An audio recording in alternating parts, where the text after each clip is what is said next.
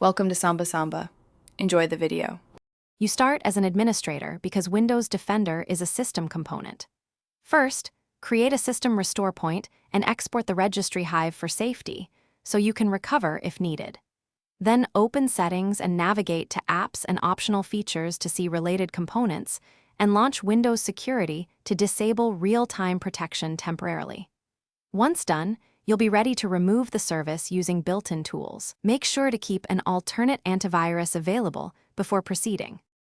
You must disable protection layers in sequence so changes persist. Start by turning off real-time and cloud protections inside Windows Security.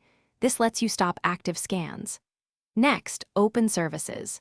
MSC, find the Windows Defender antivirus service and stop it, then set Startup Type to Disabled.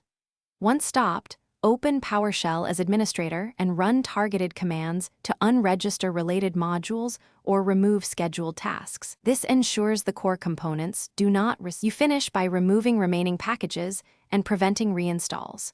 Use Settings or PowerShell's removal commands to uninstall optional Defender packages, then delete leftover program data folders and registry keys you exported earlier to confirm. Configure group policy or the Microsoft endpoint settings to block automatic reinstall. Once done, reboot the PC and check msconfig and services to verify Defender doesn't restart. If something breaks, use your restore point or import the registry backup to revert quickly.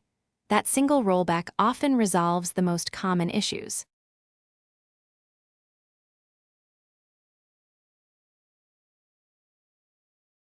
Thanks for watching. Consider subscribing if we helped you.